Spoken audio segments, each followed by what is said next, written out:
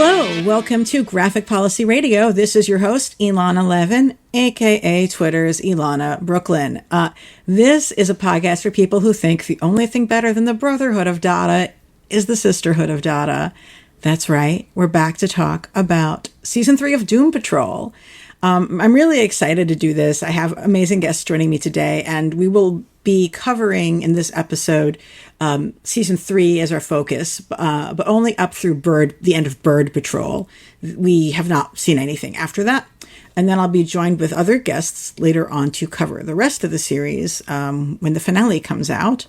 And this is part of, I've basically been covering Doom Patrol from HBO since the series launched. Our first episode was like, to Doom Patrol or not to Doom Patrol, goal of which was to help folks decide if they wanted to watch the show or not. And we leaned right into yes as the answer. And since then, the popularity of the show has just been building and building. Now it's exclusively on HBO. They took it off the DC Universe app, which is kind of a bummer for those of us who also like comics. What's been interesting to me is it felt like Season 2 was the season where critics from outside of nerd journalism spaces were like, oh, this show is serious, and we're going to go and we're going to cover it like it's prestige TV because it's prestige TV. And now Season 3, I feel like there continues to be a consensus that this is gets qualified as quote unquote good television. But I'm not seeing a ton of critical writing about it, analyzing Season 3 at all. I don't know if that was just because assignment desks decided that now that people have decided that this is the Greg Berlanti show that's actually good and to be looked at it with esteem, they don't have to do they don't have to write about every episode. I'm not exactly sure what the reason is, but I'm excited for us to have this conversation so you actually can have a place where folks are talking about this series at the intersection of comics and politics and social change with two amazing guests who are just really on board for that mission. But if you haven't listened to our coverage of Seasons 1 and 2 yet, go back and take a look because there's a lot of it and I'm pretty proud of it. And joining me today is Christiaan Perez. He is the manager of media strategy at the Opportunity Agenda, a social justice communications lab. Christiaan collaborates with researchers, advocates, and creative strategists to help develop stories and advance intersectional solutions on voting rights, criminal justice reform, and much more. Christiaan entered the fandom space through Star Trek Next Generation and the Michael Keaton Batman movie. Welcome to the show. Thank you. Glad to be here. It was so much fun when you reached out to me the other day. I think you had asked if I was watching Titans, which I'm not, but then you were like, what do you know about Jason Todd? And I'm like, well, I have other things I can send you, but I don't know about this television show. So I was excited to hear you're watching Doom Patrol too. So there we go. And it's also funny because I came to Doom Patrol because of Titans. So that's an interesting way of introducing to the universe. Yeah. And I think that's probably true for a lot of folks. Titans has a lot of viewers. I happen to not be one of them, but it has a lot of viewers. And joining me is Lux Alptraum, who has been on the podcast before to talk about She-Ra, but this is the first time that Lux has been on to talk about Doom Patrol. Lux is a writer and podcast host whose smart commentary has been featured in a wide variety of outlets, including the New York Times, Cosmopolitan, and Hustler. She's tackled thorny topics of leaked celebrity sex tapes and public apologies as the host of the second season of New York Magazine's Tabloid, and Audible's Say You're Sorry, and helped shape the Peabody-nominated TV show http sex.right.now as a development producer. Her debut book. Hey! Thanks for coming back. You survived the experience, as we say in the X-Men, and have returned. Yeah. My bio is so long. Also, it's not HTTP. It was just sex right now, and it was just stylized with dots. I kind of liked it like that. HTTP sex right now, but okay. Just sex.right.now. Yeah. But yeah, I'm so excited to talk Doom Patrol. I will also say I have not seen Titans either. I should, but I haven't. So I will just say that I'm not really a comics reader. I am more someone who just enjoys superheroes in film and TV. And my entry point to Doom Patrol was that, I don't know, I guess a year ago, I finally was like, okay, I should watch Harley Quinn. And I watched Harley Quinn and I loved it. And people kept being like, well, when are you going to watch Doom Patrol? And I was like, I don't know. I don't even know what that is. And I just kept being like backburnered. And then I don't even remember what exactly made me be like, okay, today's the day. But a couple of weeks ago, I was like, I'm going to start Doom Patrol. And I was immediately like, holy shit, what is this show? And then got sucked in and binged it within, like a week or two. And I'm now fully caught up on season 3. Awesome. I really feel like this is a show that just keeps getting better and better. And I truly think the pilot is the weakest episode. So I'm always telling folks, if you hate the pilot, you might not like the show. But if you're lukewarm on the pilot, like, stick with it.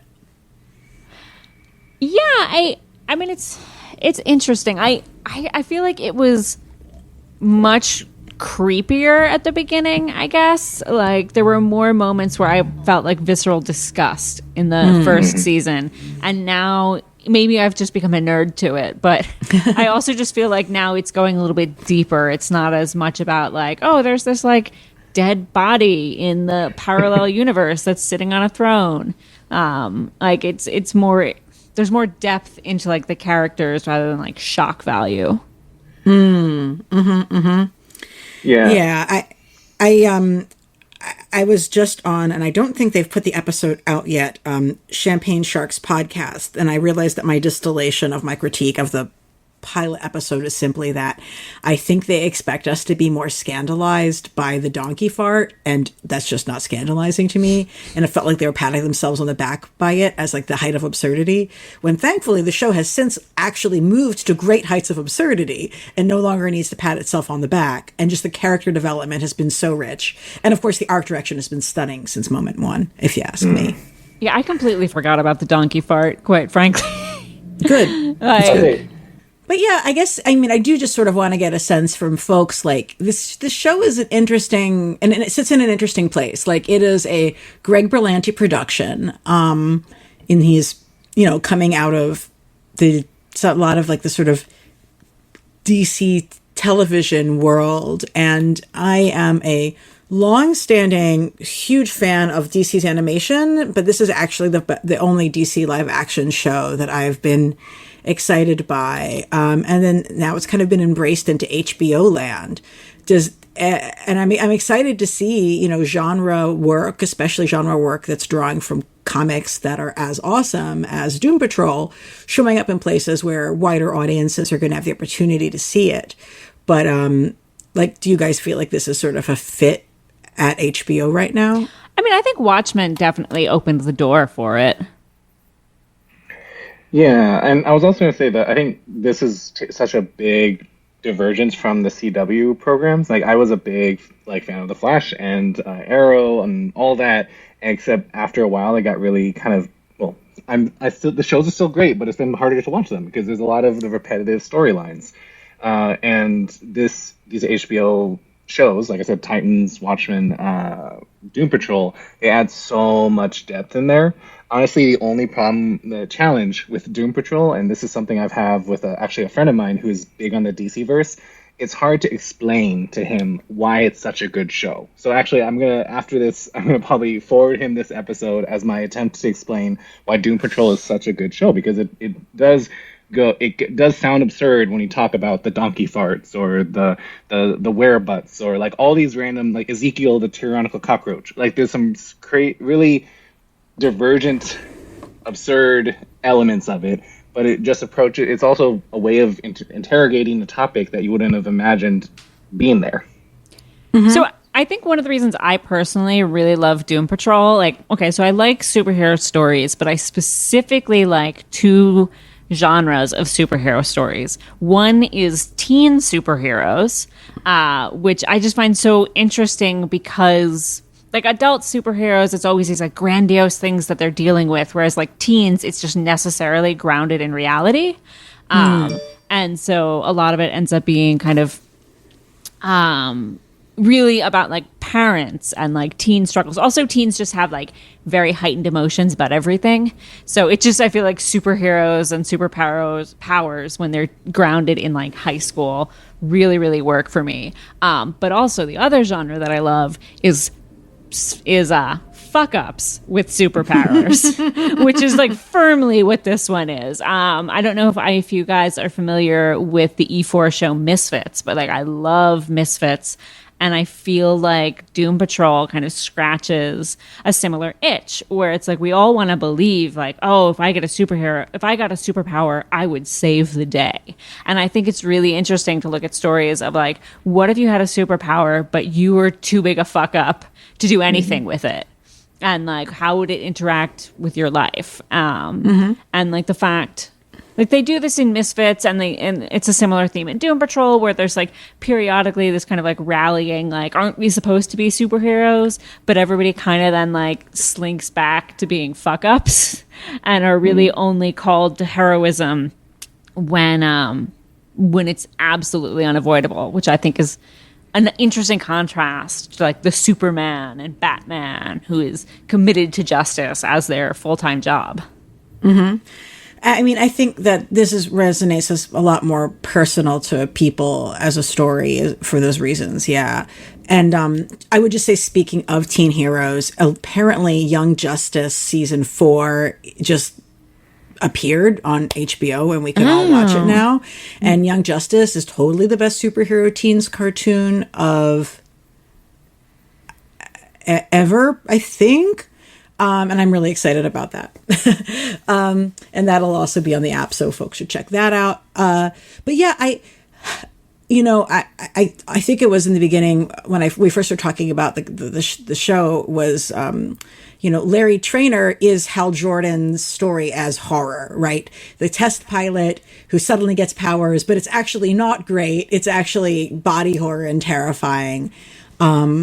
And I'm not surprised that this is the story that connects with people much more than a Hal Jordan story. So, there's no really shitty costuming and fewer boring white men. So that's cool. But anyway, I think this season, kicked off like just moments from the end of season 2, which I actually thought I was not assuming that would happen, and I think it was a cool choice. I don't think it was a choice, though. I think it was more the necessity of the pandemic, because season 2 is only 9 episodes when it was supposed to be 10. Right. It was fortunate that it ended in a way that sort of felt like an ending. But like for me, I don't even really consider season 3, episode 1 to be season 3. To me, it really is just actually season 2, episode 10. That's fair enough. Do you feel like there is a season opener here? It's episode 2? Or? Yeah, it's episode 2, absolutely. Because like season 3 is still wrapping up all of the Dorothy story. Season 3, episode 1 is wrapping up the Dorothy story. It's dealing with all of that. And then I think at the very, very end, that's when you get Laura DeMille. But like, her story starts in episode 2, and she's really the arc of season 3. And like, and it literally was like they had to stop production because of the pandemic. And I'm just annoyed that they didn't make season 3 11 episodes, that it's still just 10 episodes, when I'm like, that makes me feel like season 3 is truncated, because it's still like, here's the end of season 2 and then only 9 episodes for this story. Gotcha. That's a good point. Yeah, Laura DeMille, was Michelle Gomez as the actress. Tremendous, and it's been such an amazing addition to the show. Her physical performances on every level are amazing, and I'm just really obsessed with this character now. For those who do not know, she is playing a character who is from the original comics. Madame Rouge is the name, and the character always felt like something out of like the original James Marsden and co. like Wonder Woman series. Like she was very much a Wonder Woman villain, and I think that this direction for her makes a lot more sense in the modern setting. And I love them both, but like, wow, like really an amazing addition to the cast. Oh, and when I saw, I mean, because she was also in Doctor Who previously, so when I saw her make her appearance, I was expecting some good things, and she has fulfilled a lot of that. Especially as you see her arc from like amnesia to kind of realizing what's been going on, which I don't want to give too much away in the seventh episode, but those revelations, like the fact that she supposedly was protecting the sisterhood, but. Yeah, I'll say that. No, we're going to go, for listeners, we're going to go full spoilers through Bird Patrol, which is everything that's been released at this moment. So have at it. If folks are just trying to determine if they want to watch the show, I already got an episode for you about that, and then come back and at this point. So go for it. Well, no, I was just saying, like, the fact that the whole time she's supposedly protecting the Sisterhood of Dada, and then in reality, but while she's doing that, she's turning how many people into weapons who are being sent to the front lines. Like that scene where they had the guy who came in and was like, hey, I want to go into the marketing department. And then she's like, nope, you're a weapon. So she's very much sending people to the front lines to be weapons. And remember, Niles warned her to stay away from them because he knew how bad they were. And then she realized, like, she had amnesia because of the time machine, but she actually is a very, like, she's starting to discover how bad she's been. Well, and she's still clearly been manipulative, even when she had amnesia. Like, Niles called her, says, like, you stay away from my people, and she's like, oh, yeah, I will, and then she absolutely doesn't. What's interesting to me is, like, Niles is such is so untrustworthy that, you know, when we first saw her in the past, I had this moment of, I bet Niles's letter about how terrible she is like, I mean, gaslighting. Like he's saying his perspective of why she's bad through the lens of him having been in the Bureau of Normalcy. Like, and maybe this whole letter is from that time period, and he hasn't shifted his thinking on her. And now it's sort of like, okay, that's not what was going on, but that felt very possible to me until Bird Patrol. Yeah, no, and actually that's a very good point, because he was, but at the same time, like, he was in the Bureau of Normalcy trying to, like, enforce the normalcy message to protect his kin. And so everyone except for the people who were his people, he was being very, honestly, I would say he was as bad as she was. Like, it's not, and that's the thing. It's like, he's trying to say, oh, you're the worst. It's like, no, actually, like, Niles, you're also really, really, really, really, really, really bad. So, like, he can recognize it's the same. Yeah, like each one of them has decided who are the members of their family, and those people are to be protected, and then everybody else doesn't matter, right? Like, there's been decades of hegemony enforced by the Bureau going on between the founding of the Sisterhood of Dada and when the Sisterhood decides it's like they've had enough. And, you know, Laura was just okay with that whole time because she was just looking out for the people in her own, found family. And then she turns on them. Yeah. But that's the big difference. She turns on her chosen family, whereas at least Niles, whatever it's worth, like, he stays loyal to his family. Like, he has almost like inner circles of family. Like his maid family. I'm saying maid family because of what he did, but he's protective. He made them, yeah. He's protective of his maid family, except when it comes to his, I guess, biological family, or like the point is that he has like layers of protection, whereas Laura, like, she doesn't have anyone that she seems. I mean, she was protecting the Sisterhood of Dada, but as soon as, like, her loyalties were questioned, she turns on that. I mean, I don't know if it was her loyalty was questioned. I think it was just she was getting so much external pressure. Like, I don't think she turned on them because they were upset that she had drifted away. I think she drifted away and then was getting pressure from the Bureau of Normalcy to manipulate them. Because she wanted a promotion, right? Yeah. Like, ugh. Very bad. Well, I want to talk about Niles, you know, because he's sort of an absent presence this season.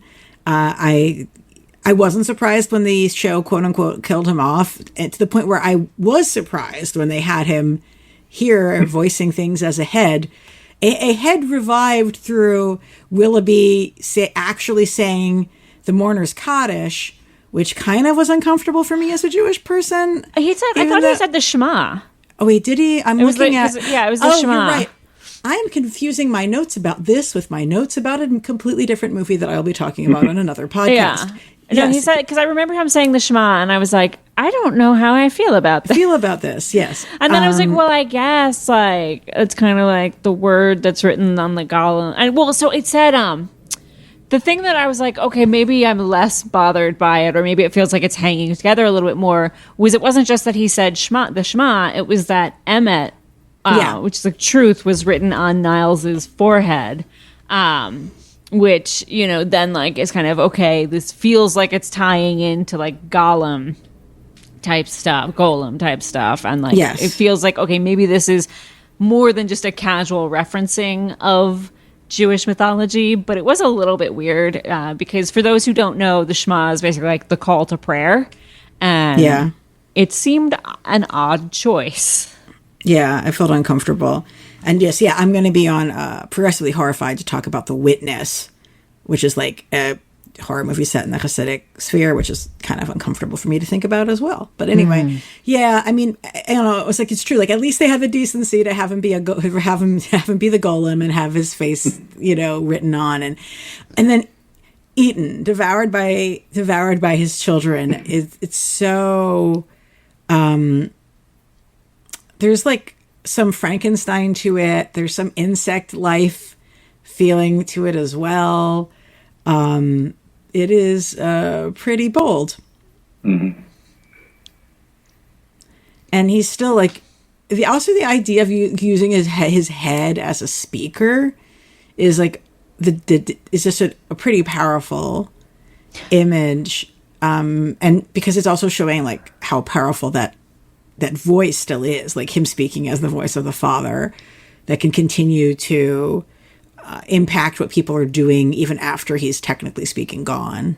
Yeah, I will say that his head as microphone was, so far, that was the image that I found the most disturbing this season. It's like every season there's an image that I'm like, that is horrific. And just like the mesh over his mouth and the dead eyes, I was like, wow, this is deeply upsetting to me.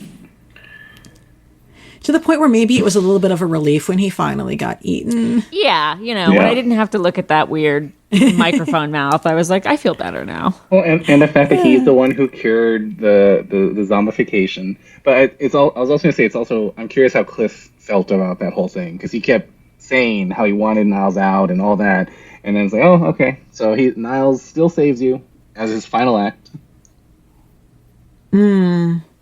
I think it's also like Niles is like, oh, I'm just a head now. And like, guess what Cliff is? Cliff is just a head now, in a way. Mm. Oh, yeah. Yeah. It's uncomfortable. It's like, girl. I also just want to say I loved the Dead Boy Detective Agency, and I'm very excited that they are getting their own show. Oh, yes. They're from, you know, for folks who don't know, they were from the Sandman comics. And actually had their own spinoffs later on. I think there's a lot to work through in there. I love Larry giving having the opportunity even like to give like the gay elder talk to one of the, I don't remember which boy's name is what, but to one of the boy detectives. And not surprised to hear the younger person brush it off, especially because he's a little Victorian boy, but I thought that was a nice moment for him because he is sort of like Larry struggling with parenting is a theme for him throughout this series now. But yeah, like the Dead Boy Detectives, was excited to have them have a girl character in them as well. And I appreciate the joke about carrying a baseball instead of a cricket bat because they're doing a whole America thing now. Yeah. No, and then he had to keep reminding people, why do you have the bat? Because I'm in America. Like, this is what you do. But, no, but I mean, and also so I guess Titans reference is that episode, like, so Titans also had a scene where they went into the afterlife, and that's why I was watching them parallel. And so it's just also interesting to see how they, like, approached purgatory. And the fact that, like, you know, in purgatory, they were able to finally like escape because they also had to kind of make that decision to decide like where do they want to go on to the afterlife or use this take the escape hatch, so to speak, because they were giving them the option, but they could have also chosen to just move on. which, spoilers for Titans, that's something that also came up.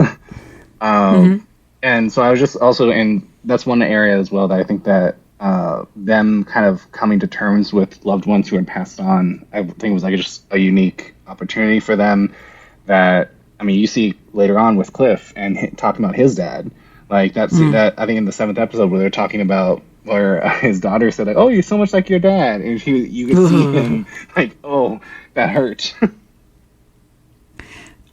Yeah, I actually had a thought that his dad, at least Cliff's dad, at least in this, looks like Steve Bannon, just to make it as revolting as possible. So yeah, it's kind of cool to have characters descend into hell and resume and return like early in your season structurally, and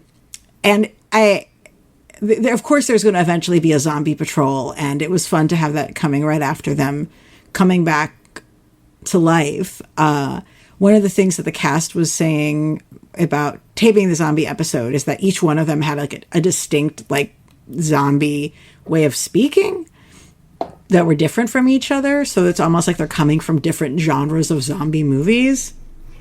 Also, the first time I've seen zombies having a conversation, which I was like, oh yeah, zombies have their own language and they talk to each other.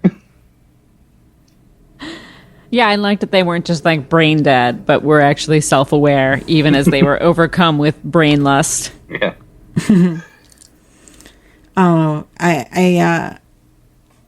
I think that having Dorothy in the end go off with the Dead Boy Detectives is a nice development for her. I'm a fan of the character. I have some friends who are not. But even as someone who enjoys the character, I think that this will be a good experience for her to go and spend some time with some kids, like people her age for once. What are the objections people have to Dorothy? I'm curious. People find her annoying because she's twee.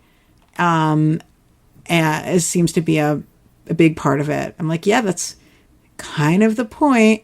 I think the actress's performance is amazing. I don't know if her and Diana Guerrera are like the two best like adults playing children I have ever seen. Quite possibly. Yeah, I didn't realize she was an adult. Like, yeah, I thought it was a child actress. Like, no, she's young, but I think she's like 21 or something. Oh wow, but yeah. She does great. She's a very convincing 11-year-old. I like her. I mean, I can see her being like kind of twee and annoying, but that's the point. And I really like that she was allowed to finally grow up. I like that she kind of goes off with Danny. Like, it's very tragic to me that Danny is not real. It's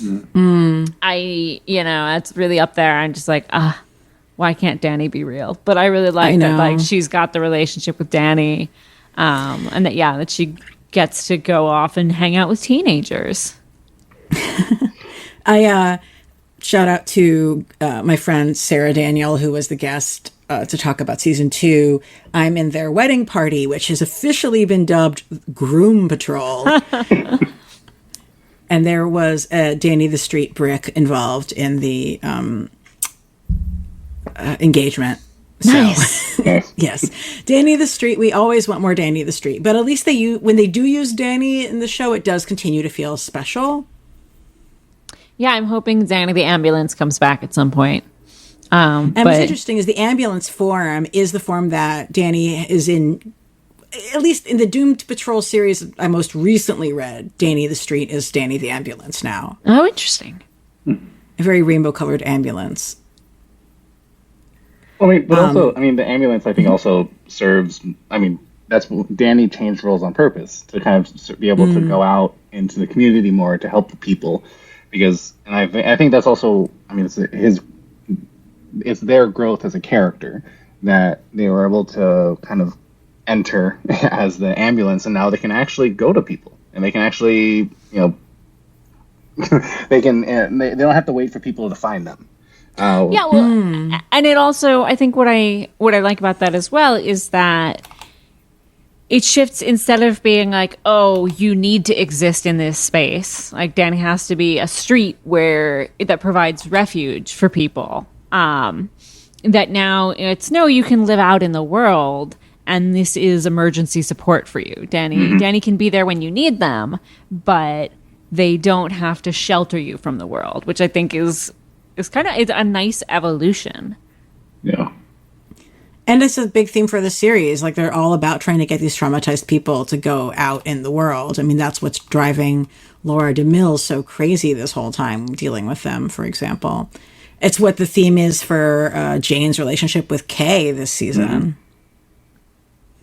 Yeah, I'm really, really... So when I first started the show, I was very, very hesitant about Jane, just because I'm so used to dissociative identity disorder kind of being used as a gimmick and being just sort of a cheap joke, like, haha, they have multiple personalities. But, and I say this as somebody who doesn't have DID, and I don't feel like I can comment on whether it's a quote-unquote accurate portrayal. She's become my favorite character, and I just really, really love the way that she is allowed to...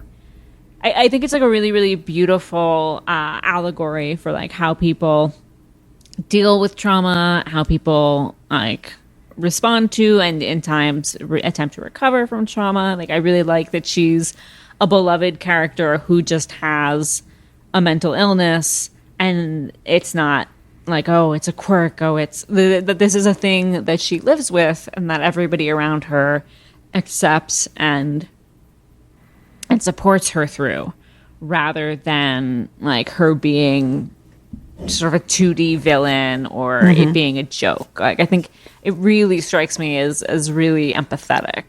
And again, and like, yeah.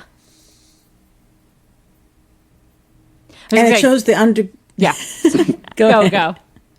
And it shows the underground as a system that she developed to protect herself, right? Yeah, I love the underground. And I don't know, like, again, I don't have dissociative identity disorder, but as someone with trauma and various mental health issues of my own, like, I did find it like really relatable. And this idea of like the way that you surface different parts of yourself in different situations as a form of self-protection. Like, I think it's just a really beautiful portrayal. I think one thing that has really struck me about Doom Patrol, and one of the reasons why I love it so much, is because, you know, I think we have a lot of like discussions about like mental health, and I think Ted Lasso is like a mental health show, right? And it's about like ordinary people having some problems, needing to go to therapy, pulling through, etc. But I think Doom Patrol is very much a mental illness show. And it's about, you know, having not just trauma, but potentially like a diagnosable condition that isolates you from the world and makes you different, which is a very different discussion for mental health. Like, it's related, but it's not like, oh, you just meditate and then you're fine. And I think like all the characters, like, I remember like, I think it was probably like season 2, but it's a recurring theme of like Rita, like literally pulling herself together through kind of like talking herself through it and being like, it's something like I am Rita Farr. Rita Farr is the body that is mine, blah, blah, blah. And I was like, oh, that's so like so relatable to me about like when you are dealing with some kind of mental health episode and you have to like literally talk yourself into being. I thought that was awesome. And Jane, I think, is also a really big part of that, where it's not like, this is a very relatable thing. Everybody goes through the thing where your identity splits. It's I think really doing much more than that and being like, okay, what is it to be a person who is this kind of different? And for me, that's much more relatable than shows that are like, everybody gets sad sometimes. Yeah.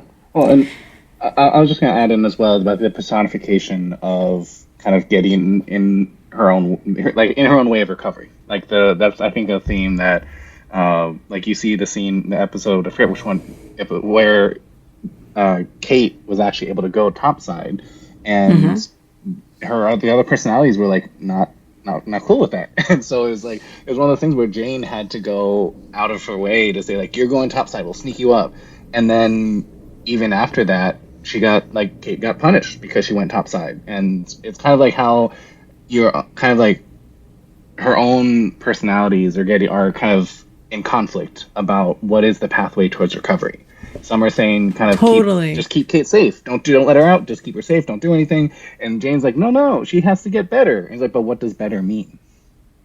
Yeah, well, I think, I mean, it's interesting because one of the things in like recovery from mental illness that you often have to deal with is this awareness that like your mental illness is not you, and your mental illness gives you bad advice a lot of the time. And I think we see this like in that storyline where it's like these personalities cropped up as a response to trauma, as a form of self-protection, but now they have dug in and they don't want to leave, even if that's not helpful for the actual person. Which, I mean, that's a lot of mental illness is like a trauma reaction that overstays its welcome and becomes maladaptive. And you kind of see with these characters where you're like, oh yes, I can see how a young girl who's suffering a lot of abuse might create these various characters to protect herself. But then when you grow up and you are in a safe environment, they don't want to go away, and they keep telling you that there's danger and will sometimes create danger to validate their own continued existence. Well said. I was excited to have Jane spending time with her grandma in this and like learning the origin of her being Jane, and it was nice seeing the characters speak Spanish with each other as well. I think her performance is, I mean, just all the different personas that Jane that Diana Guerrero performs in are amazing. But I felt like it was really refreshing to have her acting in Spanish and get the origin story of why she is Jane. Mm-hmm. Yeah, no, and I think like this is also like, I mean, kind of going back to the Afterlife episode as a whole, like those interactions kind of helped you understand more of why the characters are in the position they are. And for Jane, like, I don't know, there's like so many, like she's the primary now, but then, I mean, it also reminds me of the time when, from the previous episode where I think it was Miranda had been the primary and then was removed. I'll just put it that way. But then how the trauma kind of hijacked the Miranda identity as a means of trying to get rid of the personalities. Like, and so it's like, it's interesting how we kind of like, we shifted from like in the previous season, Miranda, the trauma, I forgot what the dad's name was, but the dad kind of took over Miranda and used that as a way of just trying to get rid of the personalities that were keeping Kate safe. And so now here we are in the next season where now the personalities that are keeping Kate safe they're concerned because they had the last season there literally was a character who was trying to get rid of them all, and it was a fight to stay alive. And so that kind of fight to stay alive thing is still there, and it's not going to just disappear because like, okay, she can go up and get her bike, but you know, this, even Jane, when Kate went topside, Jane was watching from the side saying, oh no, don't talk to that person, they're dangerous. They're like, oh, that was just a guy stopping you from biking into the street. Like, that doesn't mean that they're dangerous. Yeah, I think it's kind of interesting with Jane and Kay that the show has simultaneously argued that getting rid of some personalities is harmful and it's your trauma trying to hurt you, but also that holding on to the personalities for too long is harmful. And that, you know, that it's not one thing is right or wrong. It's that you kind of have to do what is best for the girl, for Kay. Like, I think it is kind of interesting because when the trauma is impersonating Miranda, there is this line that's like, oh yeah, you know, Scarlet, Harlot, and whoever else it was. It's like they went away because Kay doesn't need them anymore. And that was actually a lie in that case, but Jane is in some ways making the same argument that it's like, you know, when Kay finds herself, when Kay finds her confidence, she won't need us, and we have to be okay with that. Mm-hmm. It's sort of complex also, just, you know, I don't understand Pretty Polly's like persona at this moment in it, but I think we're going to figure some of those things out through the season. I want to make sure we spend some time talking about Vacation Patrol because I thought that episode was amazing.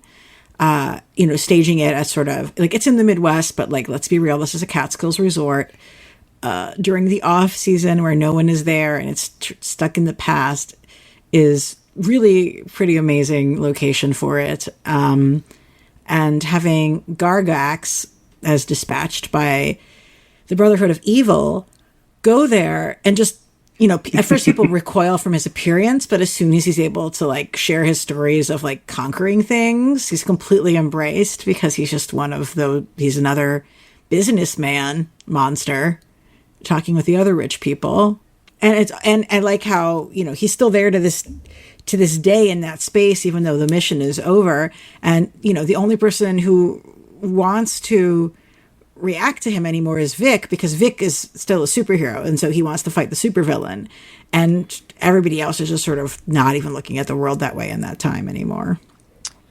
Well, especially it's what's interesting about that episode for me is that they end up at this resort because Rita is trying to avoid her sense of letting everybody down and her identity crisis that, she's decided she's going to be the beekeeper, she's going to be a hero, and then there's the moment where she gets the call to action and she flubs it. And so for her, like, she needs to run away, and she tries to convince everyone else to run away. But then, of course, what's interesting with that is that in running away, she gets ensnared into this situation where, she fundamentally is Gargoax's mission. Which we still don't know why he was charged to look for her. Like, presumably it has something to do with the Sisterhood of Dada and all of that. We also don't know why Bendy, I guess, is at the resort and like gives her the shush sign and all that. Like, there's just so much that I'm still waiting to find out about how that all circles back. And also like why Laura gets in the time machine is also, I'm waiting for that moment. I'm very excited to know why she was looking for Niles Calder and traveling through time. But yeah, I like a lot of Vacation Patrol. And also just that Gargox is like, look, this doesn't matter anymore. Why would I go after these people? They're just living their lives. I don't care about this. But he gets thwarted. No, but also he gets thwarted by his minion, like the one that's been like kind of there, like he's the conqueror, announcing him every day, and at the end, it's there. Yeah, Gargus is like he's like we're leaving, it's fine. I don't know, and that's the vacay patrol, like the fact that he's been at this desolate, like it's largely abandoned. Like they're the only ones there. Yet how did she end up selecting that one specific location? Like I don't, because she just said she just looked up a random location and it just happened to be this location. Obviously the Brotherhood of Evil knew that she was going to be there at some point, but like I'm really curious. Yeah, to your point, like how did she pick this spot? Like how did the Brotherhood of Evil, like why is she the target? But then and then of course the fact that the minion kills everyone. Of course, well, Rita could have gotten away if she didn't go after herself, I guess, which is also like ironic because that becomes her call to being a savior. Like that's the thing I'm still trying to figure out. Like I'm not sure, and this is a whole other thing. I'm not sure if that's Rita Farr who pushed herself into danger because she knew she needed to like die in order to be reborn, or if that was Laura DeMille changing her face to look like Rita so that she would have the incentive. Like this is just speculating, so we might find out next season it's not true. But like if she just changed her face and so that Rita would have that inspiration, because she like if it wasn't for that moment of Rita seeing that she was a hero, then she wouldn't have. Well, she may not have had this like kind of rebirth moment. No, I will say one thing that I thought was a little confusing to me in Bird Patrol is that, Rita has like disappeared. She went back in time. Suddenly she resurfaces while they're all in the fog. And nobody seems to be like, hey, Rita, where have you been? Like the reaction there, I was like, shouldn't they be a little more like surprised and like shocked that Rita doesn't seem to know who they are, has just randomly shown up, like is aligned with the Sisterhood of Dada. Like that seemed like people just sort of took that a little too in stride, which I didn't quite get. I think like the characters are really self-absorbed in that moment. Like, you're right, but it also was just to me like, I mean, like as Vic says before he gets blown up, I'm still a little high right now. Because he was on the operating table. But I think that all the characters, I mean, certainly you have Cliff has been having a hypomanic episode that has lasted for months, which just sounds really adrenally exhausting to me when I think about it. You know, but I with one of the things that really I just think is so amazing with Vacation Patrol is it sort of kicked off one of the things that I think we see throughout this season is people using dance and movement to communicate in a way that's pretty unique for television right now. The dance routine that they all kind of fall into doing together in the lounge, you know, having it spread to Kay, doing it herself, looking through the sighting glasses, which is such an amazing way to communicate, looking through the eyes of the primary. It's amazing.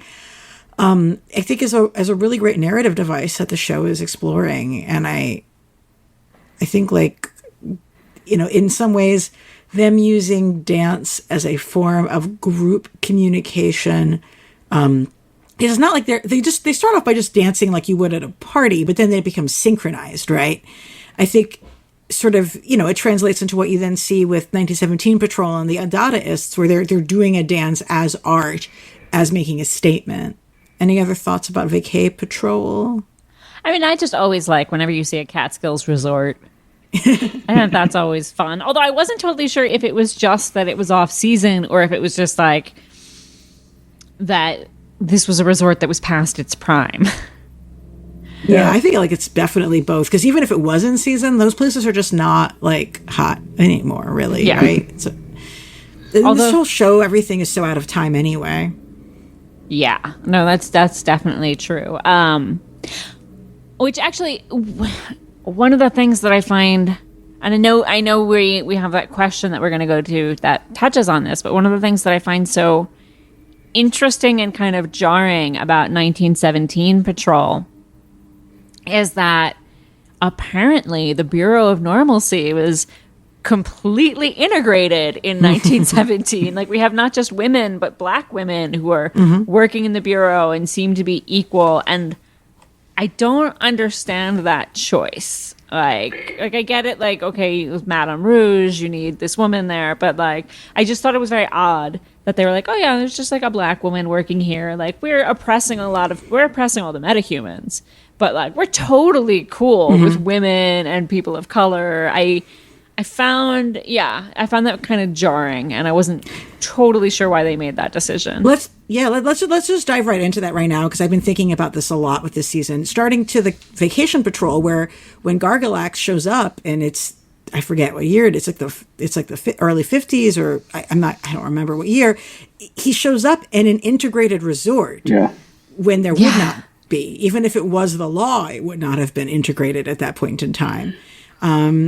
And, you know, in the moment of first seeing that at the resort, I just sort of viewed it as the way you would have, you know, race blind casting of a Shakespeare play, right? Where you're like, we're just going to cast people in this place, and we're not going to care if the mom is black and the dad is Asian and the kid's Latina, you know, in this casting moment. But then as it moves into 1917 Patrol and the theme starts to be more explicitly about discrimination and oppression, it starts to be like an actual thing and not just like, you know, Shakespeare theater style race blind casting. Yeah, I think, I feel like race blind casting is it's fraught. Like, it's interesting. Like, okay, so I don't know if you guys watch The Great, but The Great is a show that I think does it well, where obviously you're not actually going to have a South Asian man as a noble in Russia in whatever era it was. But within the context of the show, it's like, okay, this race blind casting is a way of reminding you that this is not really the story of Catherine the Great, that this is just kind of a play on it. We're all having fun here. But in contrast, so that one for me works. But in contrast, when you have things like Bridgerton or like Handmaid's Tale that are relatively straightforward stories, but people who would not necessarily be black or Asian or whomever in the stories are just there. That one that kind of quote unquote race line casting makes it feel like it's trying to just gloss over racism. Like, it doesn't make sense that a white supremacist society would have a black woman as a handmaid. Like, that doesn't make any sense.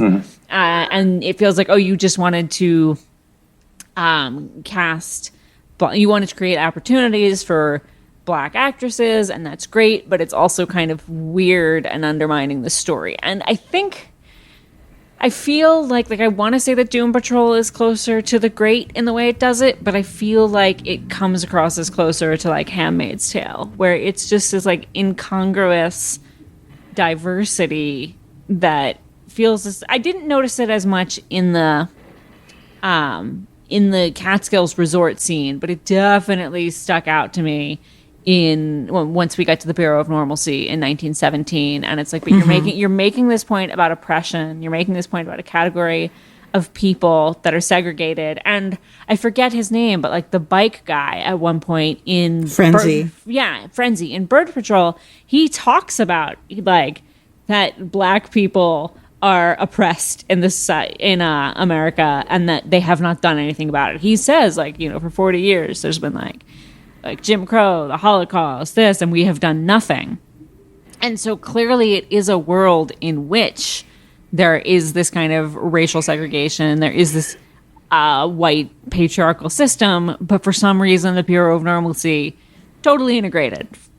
Yeah, and I mean, I agree completely with all of that, especially because like and then you even have you said Frenzy, right? Was the so he had a conversation with Cyborg about how he's a tool that's being used and all this whole thing. And so yes, the thing I was also wondering about was how much the ability to other a different other, I guess, like to kind of ostracize someone else was like that's because basically what would it be like if there was a different kind of person in this world, and are they just using that, because there was that moment where they have a separate room they have to go into, they have to do all this stuff, and it's like, are you trying to imply that if there's a different if a different person to otherize, that it's like unity on the other side? But I don't know, like I don't, that scene also, I agree that it didn't sit well. I was trying to figure out why there's like such a race blind policy in the Department of Normalcy. Like, is it because they just see metas and they're like, oh well, we're the same compared with them? But no, there would still be like segregation within the Department of Normalcy. It would just be a multi-tiered segregation.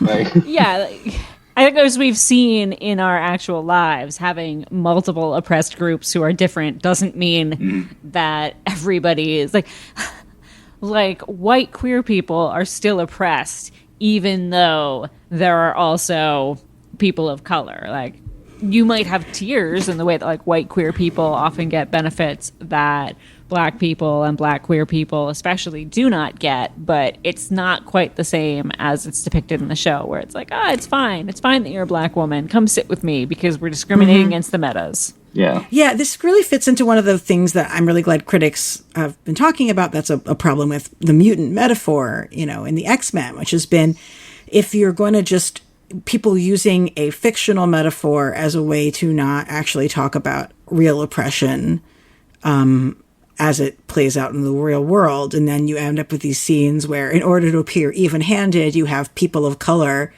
who are being the oppressor. And that's really not what anyone is asking for in that. And it's interesting because I've certainly read plenty of critics who are people of color talking about how they don't want to have to look in every kind of speculative or fantasy story, like having, people of color be oppressed as part of the world building in it is just exhausting and not necessary either. But I think, and again, I'm a white person, but I can at least speak to how I feel about this, about like, my identities. When the story becomes about those things, it then feels off or like a dodge to, to have, characters who are of marginalized identities being the oppressor just as much as white, cis, heterosexual Christian men. So I guess like if it was just, like that going to be like that in a Catskills resort flashback, like, yeah, it's fine. And if it's going to be about the Bureau of Normalcy and you have a metas can only eat lunch behind this door thing, then suddenly it becomes a choice that is kind of letting you hide a bit from having to talk about actual race and oppression.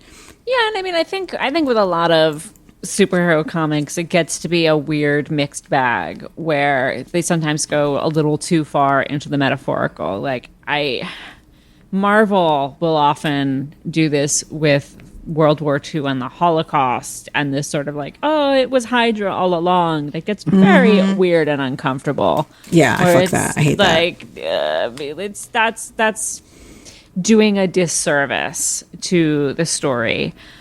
And as you mentioned, like with X-Men, there's often like so much of a focus on mutants as the underclass that it ignores the fact that even within the mutant underclass, there would probably be people who were oppressed because of race, oppressed because of gender, oppressed because of sexual orientation, whose experience of being a mutant was different. Like, I have a hard time believing that Logan has the exact same experience of being a mutant as other mutants who are not white men. And they've been recently actually finally talking about that, which is no coincidence that there's more diversity in the X-Men writers within the comics. There's no movie or whatever within the writers, the writers of the series now, that people are actually talking about that. So that's nice. Christiaan, do you have any thoughts about any of this? Yeah, I mean, I also have a question because I'm curious how the Department of Normalcy is identifying folks as meta. Because there are a number of people who they presented as like being meta, but it's like they were passing, and so like they could have walked down the street, they could have lived a normal life, and no one would identify them. Whereas like, I mean, they're like, and the Doom Patrol, they can't, like, other than Rita Farr, they have, and I mean Jane as well, but the like Cliff can't go out, and Cyborg Vic, he can't go, like. Vic, I remember that scene where Vic was just like walking down the street. Like I think he was out on a hike, and as he was on a hike, someone like took a selfie with him walking by, which is a celebrity component. But it's also like, yeah, because Cyborg can't just like he's easily identifiable. So it's kind of one of the things where I don't know. I feel like it was a missed opportunity on their part to kind of to highlight the layers of oppression that took place. But also, I'm thinking like if you were a meta and you had a fortune to underlie you, I don't think you'd have any problems to deal with, because you'd probably be able to just say like, you know what, I'll keep it a secret, I'll pay off the Department of Normalcy, they'll stop bothering me. I mean, the closest we get to that is Laura DeMille. Like, Laura DeMille is a meta, but she's kind of, it seems like she is either in hiding or she is deemed useful enough that she gets to be in this position of authority. I will say there's at least one meta who just outed himself because he wanted a marketing job. That seems to be, it seems to be based on what we've seen that people will at least some people come forward and identify themselves as metas and then just get evaluated and assessed for their capacity as weapons. Yeah, what do you guys think about the whole stamping people as weapon or not a weapon? Is so profoundly dehumanizing. Yeah. Oh, and actually, one thing I was thinking about, this reminds me a lot about like what Cyborg was experiencing, because he had a choice. When that accident occurred, he could have gone in two directions. His mom even told him that in the Afterlife, about he could have used synthetic skin and he could have just looked normal, and he could have avoided being a weapon, but his dad kind of made the decision on his behalf to say, okay, you're gonna use all this super high tech technology and I'm gonna make it like really obvious. So it was like, it's interesting that like Cyborg had that experience as a lived experience, and meanwhile the Department of Normalcy is literally just hitting a stamp to decide who's gonna be the weapon. Yeah, I'm also still not over the fact that Vic's dad is just like, I'm just going to use you to test around all my military tech. Like, that's just that's a heavy one for me to deal with. That, like, Because I don't know a ton about Cyborg lore. I know that Cyborg is always the most tragic character and very heartbreaking every time I see him in a property. But it is just like in Doom Patrol, like extra tragic that it's like, oh, your dad could have just given you your life back and instead chose to co-opt you to test military tech. Mm-hmm. Oh, and also the fact that it's military tech that isn't even owned by him. Like the fact that Star Labs could just shut it down because he made a mistake, because he did something they didn't like. Like he's renting his own body, and it's a similar. I think speaking to, I'm blanking on her name right now. His love interest. Yeah. But her, like, she had a very similar relationship with Star Lab, and like in the end, her part, the parts that were part of her body were just removed when she didn't want to follow orders. And meanwhile, same thing. Like his equipment can be turned off with just like a push of a button. And honestly, I'm also curious about how the synthetic skin situation will work out, because I'm curious how much is that possible? Because his robotic enhancements seem to be very extensive. Mm-hmm. Yeah, I mean, so much of this, I think it's like really interesting to see that explored through a black character as well. Like when Cliff sells a date with him to pay for his newfound gambling addiction, it was just such a breach of Cyborg's like independence and like as a human being and not as property. And then like I think there's just so much in that here. And you know, this is Cyborg considering getting rid of his tech is just a few episodes from when he was having an argument with Cliff saying, you know, I'm Cyborg, my tech is part of who I am. And you know, it's something that he pivoted to use to become a superhero, you know, earlier in his life. But so many choices have been made behind his back without his consent, right? Mm-hmm. Yeah. No, go ahead. No, which is, I mean, I think one could read it as really damning commentary on the military. And just the way that so many people are kind of forced into, especially marginalized people, kind of forced into the military because society doesn't give them other options. And they may be pressured into it by their parents and then kind of think that they are operating from a place of agency, only to realize the game was completely rigged against them in a way that, yeah, forced them to be dehumanized and become weapons. Which I think the conversation that he has with her just in Bird Patrol, and he's like, I don't want to be this way, and she points out that he is.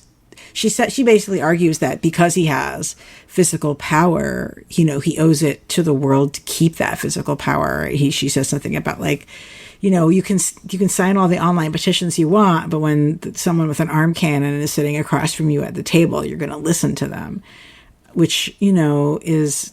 Oh. And then he argues with himself about whether or not he's a cop. Yeah, I was going to say that. I was that the cop line is also, I thought, was important to bring in there, because he doesn't want, like, whose justice are you going to enforce with that arm cannon? And I think like he calls that out. Like it's and right now Cyborg, yes, he's an independent actor, but like Star Labs still owns his body, which is a whole other thing where like the fact that Star Labs owns his body, can decide we don't like what you're doing, so let's just shut you down, and even his own dad can't do anything about it.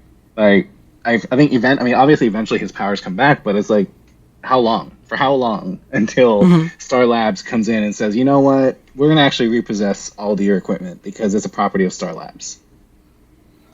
And I don't trust that he's not being spied on, right? I think there's going to be more coming through that. Especially, I mean, his dad is so untrustworthy. And shout out to Philip Morris, a.k.a. Seinfeld's Jackie Childs, because he is so fabulous. But yeah, I when I was on Champagne Sharks podcast, the host spoke a lot about his thoughts about Frenzy and Cyborg's conversation. So when that's up to listen to, I suggest folks check it out. Okay, looking at my list of things we want to. I'll say one thing I just want to tie in as well is just Cliff. Remember, there's that scene where Cliff wanted to get upgrades and all that whole thing. It's interesting because now that we know that his Cyborg's body is controlled by Star Labs, you can see why Niles did not use Star Labs technology to make Cliff. Because Cliff, ooh, I hadn't thought about that. yeah. I mean, like his body. Yes, his body. He's been having a lot of issues, and which arguably, I mean, it's a whole other conversation around what Cliff is dealing with. But with all the issues that he's going through, he still has body autonomy. He has the ability to say, "This is what I'm going to do with my life. I'm going to go do whatever," and there's no one who's going to shut him down because they don't like what he's doing. I mean, I always felt like Niles had the potential to do those things for him because he makes his food that he needs, but it is not as extreme as the situation is with Star Labs. Yeah. It's speaking of people who are not doing well. It's so painful to watch Cliff be hypomanic for like however many episodes with nothing intervening to bring any of that down. I was so terrified when he was babysitting that something bad was going to happen. I feel like I cannot emotionally tolerate him losing his daughter or something happening to his grandkid. He's been through so much already that I'm like, I need this relationship to stay the course. I can't have him like fuck it up because he's hypomanic. Yeah. Yeah. Well, I do want to make sure before we wrap, I want to talk about Larry and his son who chose to work in the Bureau. And then Larry being pregnant, I guess, with a space worm. Larry dropping it off in the forest and then doubling back to keep bringing it other things was just like, so Larry. Yep. He's like, but actually, here's a sandwich.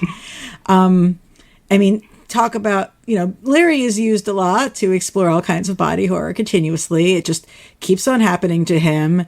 The negative spirit gets to go and gets freed into space. And, he was ready to embrace being different. And then he gets cast back down to Earth again. Like, Larry's had a rough go this season, as always.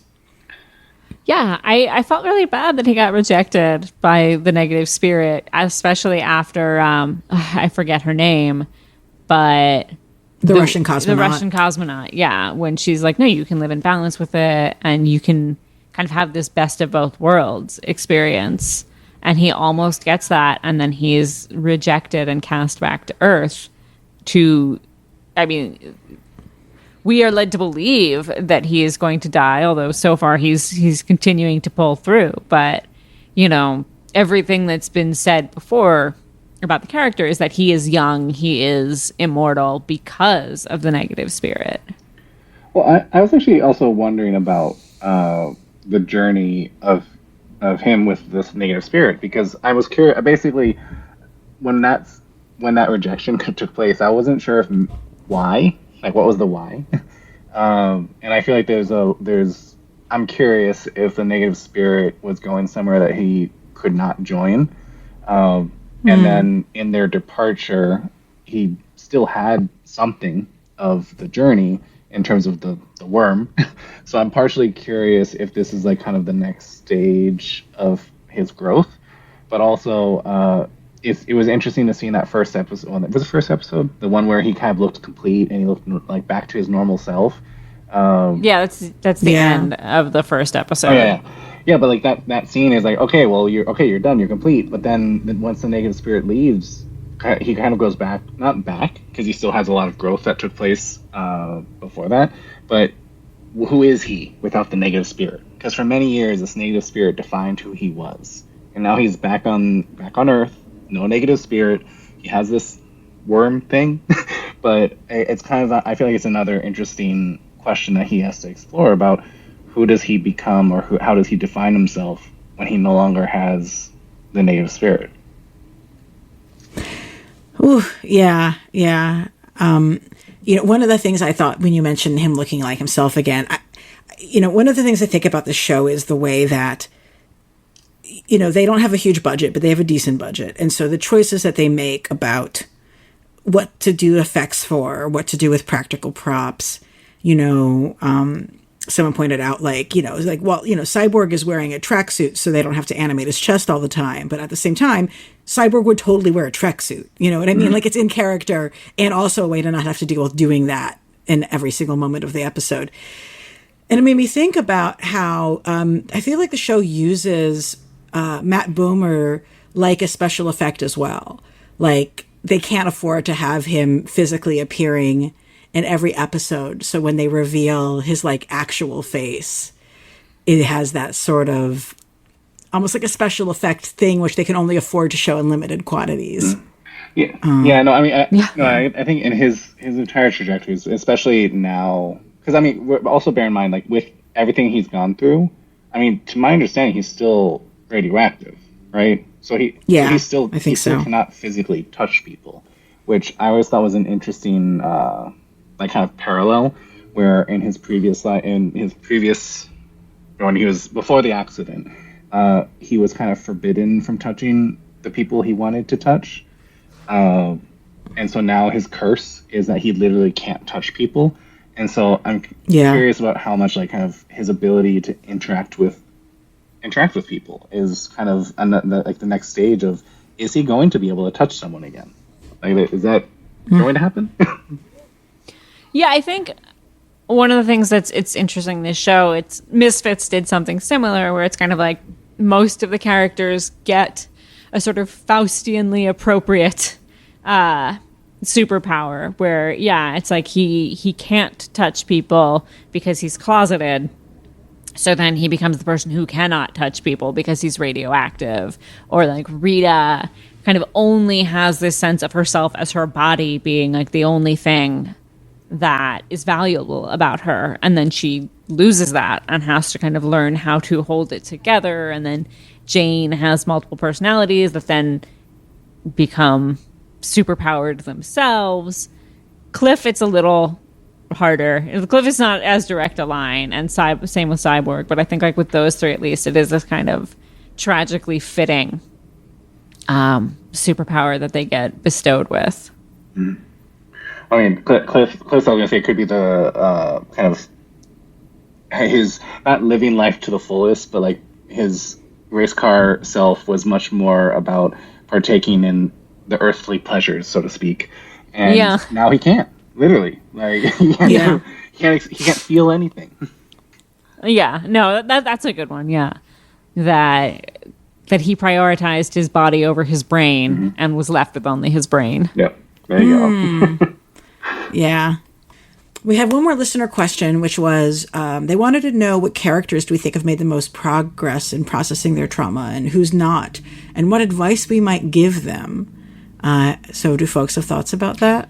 Yeah, I mean, I think Jane has made the most progress, because I was just trying to think, and it's like, in terms of who's made the least, I think it's definitely Cliff, because he has, obviously he's forged a relationship with his daughter, but he still can't confront his problems head on, which is why he has now turned to abusing drugs and gambling and developing relationships with online sex workers, even though it's not in his budget. Like, he's clearly like still avoidant, even as he is at least starting to forge connections. Like Rita, I feel like she seems the happiest, but it's in part because she's just forgotten everything and has erased things rather than dealing with them. Larry, I think, is doing an okay job, but is still, again, like avoidant, doesn't want to talk to people about when he thinks he's dying.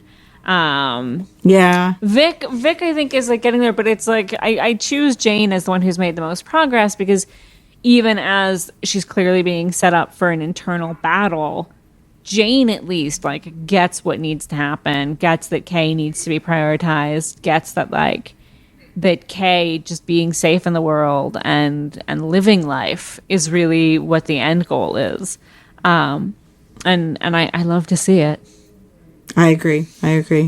Yeah. What do you think, Christiaan? No, I agree on all of that. I mean, the one thing I'll say is, I'll add as well, is that I think Larry has gone pretty far in terms of like his growth as a character, because like to the point, as I think you mentioned, sorry, I think you mentioned earlier about he was able to actually give advice to the ghost to the ghost, and I think that like kind of is a testament to how much he's grown and how much he's learned, that he can get to the point now that he can actually give advice where he didn't have anyone who could give it to him, and so I think in that sense,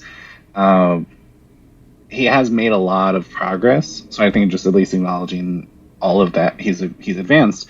But now I think he still has a big question about who he's going to be without the negative spirit, and also what the worm means.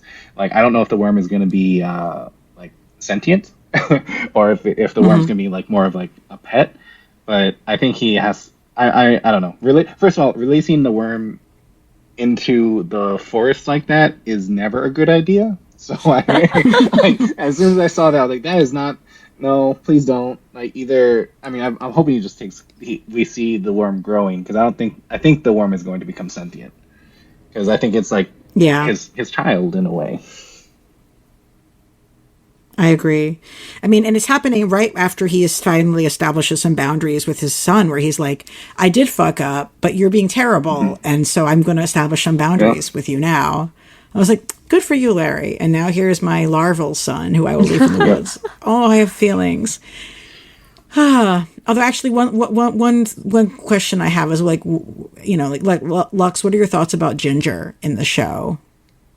Wait, who is Ginger? Oh, Ginger is the cam girl who I like. She's like, do you want me to call the ambulance for you? Yeah, like, I mean, I feel like Ginger is not a particularly developed character. Like, I mean, and not that she needs to be, because her role is purely to be like his addiction, which I think is.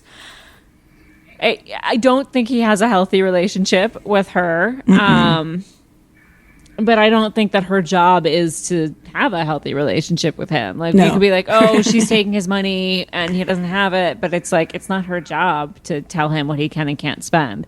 But yeah, I mean, I don't think she's like a particularly compelling 3D character. But I think that like within the confines of her literally two-dimensional existence, I mean, I don't think that they are shaming her. I don't think it's like, I don't think she's like, I personally don't feel like she's an offensive portrayal of a online sex worker. I just don't think that she is a person, because like it's sort of like a neutral for me. It's a neutral. Yeah. I mean, I'm always just like checking at how sex workers are portrayed in for anything. Sure. So I'm always like, let's talk about, I appreciated in the last episode when she's like, he's clearly in an emergency. She's like, do you need me to call an ambulance for you? Yeah. Like she is not like some parasite preying on, like, no, she's doing her job. She's just a person. You know what I mean? Yeah. Yeah. No, I mean, I do think they give her some moments of being more than just kind of a computer simulation of sex. I mean, I think the writers clearly recognize that she is a person, but it's just like there's not space for her to be a person. Yeah, yeah. But it's not a show about a sex worker, so no, it's not going to have as much. Yeah. So I mean, oh gosh, sorry. I just realized we haven't talked about Dada Patrol at all, so I hope folks don't mind if we do this a little bit, as it's one of the big things I think about. I know of the Brotherhood of Dada from the Doom Patrol comics. I haven't read the entire Doom Patrol series, but I have read that much of it, certainly. And find it really interesting because, in the comics milieu, you have groups like the Brotherhood of Evil Mutants or the Brotherhood of Evil. Funny that one's from the X-Men and the other's from Doom Patrol, two series that have a lot of parallels from each other. And of course, it's ridiculous that somebody would call themselves the Brotherhood of Evil. But in the context of, you're emerging from World War II, you're recognizing you're asking the question, like, is the entire world too absurd to be rationalized or reasoned at all? Like, yes, okay, we're going to be Dadaist. We are the Brotherhood of Dada, and in the comics it stems from their rejection, saying that the idea of being a brotherhood of evil is stupid. We're past good and evil. We're going to be Dadaists now. I think the show certainly has a Sisterhood of Dada coming from a very different place, but I think it's doing something really exciting here. I was a little bit frustrated that the show didn't attempt to define Dada, which obviously is extremely hard to do, but I was like, the character who explains what it is just sort of like Dadaism is stupid.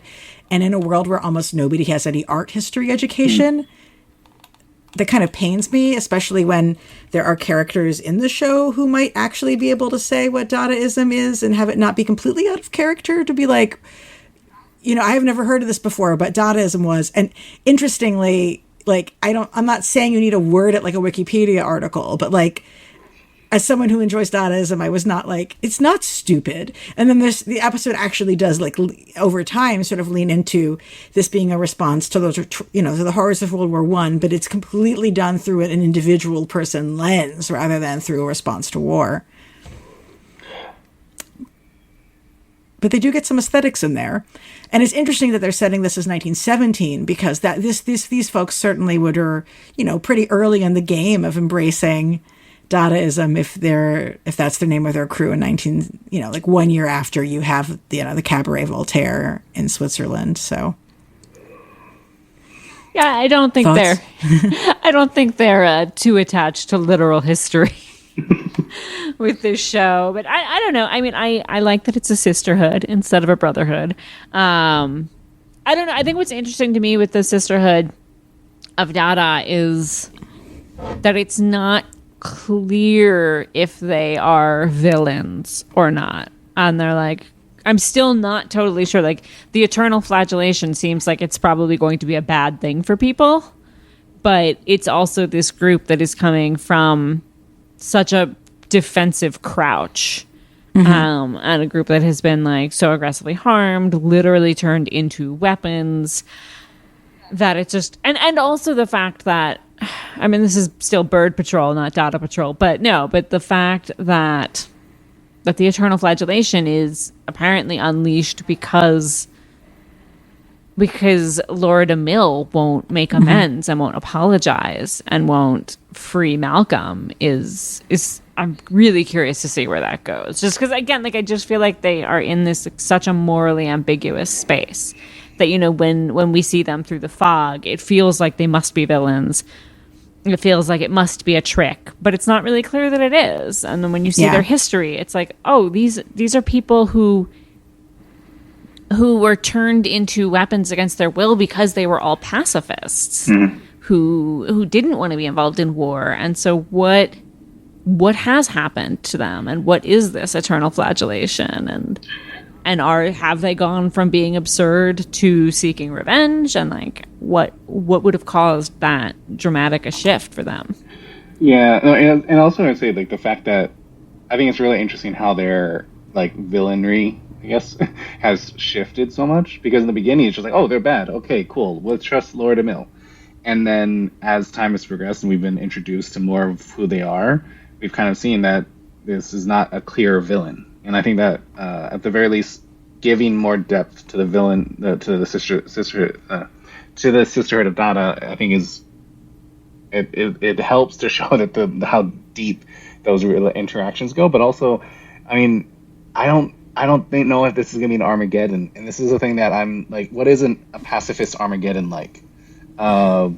And to a certain degree, especially given the kind of military-industrial complex they were suffering under for the longest time, and that still exists, given what today's society looks like, I'm really curious, like, what is a pacifist Armageddon? Like, is this going to be, like, is it going to be everyone dies? Because we've had a couple of those from the previous seasons, and you, like, have some really creative ways that they've been interrupted, but then I'm also wondering, like, is this so bad if it happened?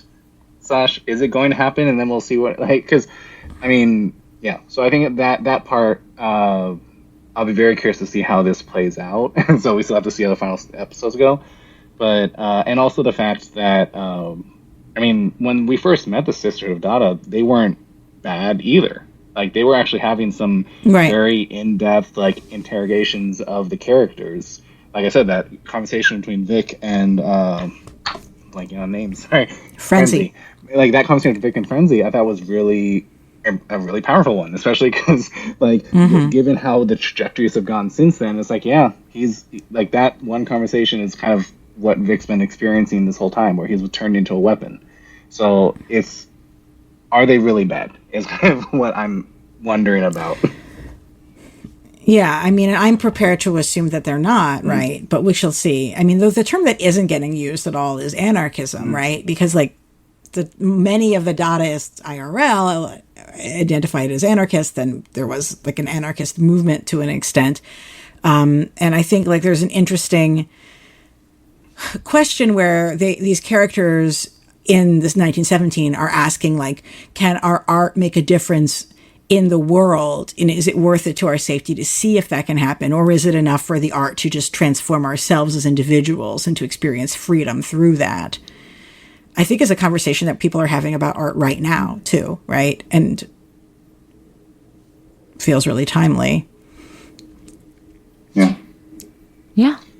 I mean, I think that I was just going to say, adding to the art part was just that, like how, like that, right before the decision to pursue the Great Flagellation, like there was, I don't know, like I think Frenzy in his statement about all the racism that exists in the world that has perpetuated our society, I don't know, I feel like there's a lot that the Dadaists are on the right side of. So it's kind of, it'd be really interesting to see how, like, are they going to flip this and make them the ultimate villain? Can they do that? Like, because they move them so far to the end. I mean, and this is Doom Patrol, so they can do this where they like move someone so far to the light of justice, and then to flip that. I'm curious how and if that's going to happen in the next 3 episodes. I mean, they're fighting against people who the Bureau of Normalcy's uniforms look like Nazi uniforms, even though they're American, right? Like, they're very, very clear that if they're fighting against and being oppressed by fascists in America. Yeah. Also, what happened to the zombie butt? Oh, yeah, he's out there. He's out there. Totally.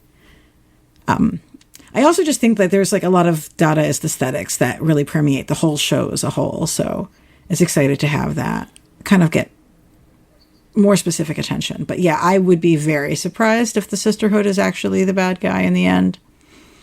That would be very surprising to me. Especially since Rita is a part of the Sisterhood. It would be very cruel to turn her into an outright villain, I feel like. Yeah, especially because Rita put herself on this path. So like sometime in the future, Rita's going to go back in time and put herself on this path that collides with the Sisterhood of Dada. So whatever is happening in the next couple episodes, there's still this decision for her to travel back in time that's going to be made. And I'm curious how much awareness she's going to have about who she has been historically, or is she going to travel back in time as a member of the Sisterhood? And Christiaan, do you have sort of any big picture thoughts about this show as like a narrative, a show that it can be or is doing something in terms of narrative shift? Well, I mean, I think there's a lot in terms of providing fuller characters, because like it's not just saying like good versus evil. And and that's the thing that, and especially in like the narrative shift realm, like we have a whole report on shifting narratives, which is like 120 pages. But a lot of the things one of the chapters was on poverty, and it was just really interesting how so much of the bad elements of poverty, in terms of how we talk about it, and the quote unquote welfare queen, were around like tropes. Like they weren't like the welfare queen wasn't an actual character when that term first was introduced. It was just kind of a means of demonizing impoverished communities, and the fact that you have to have fuller characters in order to understand the struggles that we're experiencing as a whole collection of people. And I think that in this sense, like talking about mental health, talking about kind of the struggles that each of the characters are experiencing gives us a much better sense of like why it's not just like one solution to everyone. Yeah. And so that's where like even just something as simple as like I think you said in a previous episode, the propaganda, it's looking at what is the military-industrial complex that we live in? How do we kind of assure that there's services that are being provided to address the broad swath of issues that we have to overcome? Because like even if Vic gets rid of all of his technology, if that's something he ends up doing, there's still going to be a lot of other like societal issues that need to be addressed in order to make sure that he can walk down the street without getting harassed. Because it's not like, that's the thing, is as Cyborg, he can kind of avoid a little bit of the scrutiny. But yeah, so I think just kind of getting to know the fuller characters and being able to allow folks to actually communicate what struggles they're dealing with. Thank you for that. Is there anything else folks want to hit up before we wrap up? No, I think I think we've talked about a lot. Yes, we have. I mean, I shouldn't say Doom Patrol is great. I'm glad I finally started watching it. Yes, and Hooray. For those of you who still haven't seen it, you got to go back and also watch the Titans crossover. For those who haven't seen Titans. Oh yeah. Yeah, I need to watch Titans now. Clearly. Well, like I said, we'll save this for another. If Ilana ever watches Titans, I would be very curious about talking about Blackfire and Starfire, because there's a lot of stuff going on there that I think is divergent from the comics. Interesting. Yeah. I might watch Titans. I definitely enjoyed the crossover piece, but the tonally, like the worlds in each of these shows are just so different. But I also really am like, guys, you got to catch up on Young Justice, the cartoon, because it's back now. So for listeners, thanks for joining us for this. We will be back to cover the rest of the series soon. As always, I'm on Twitter a little bit too much at ELANA_Brooklyn. And where can our listeners find each of our guests? Where are you hanging out, Lux? I am on Twitter at Lux Alptraum, LUXALPTRAUM. And I'm also on Twitter at Christiaan Perez, just CHRISTIAANPEREZ. That's Christiaan, because I just have a weird spelling name. But yeah. We appreciate you guys for joining us so much. And as we like to say, keep it geeky.